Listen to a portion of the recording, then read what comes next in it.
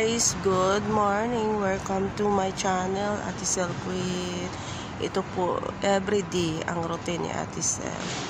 Mababa ako ng 5 o'clock in the morning kasi maaga ang pasok. Yan yung building ko guys, may bakala or tindahan sa baba. Yan, mataas po yung building ko guys. Mamimiss ko yan pag umuwi ako ng Pilipinas. Nandito po ako sa Parwania, Kuwait. Yan ang building ko guys. Yan. Parwania, Kuwait. Yan.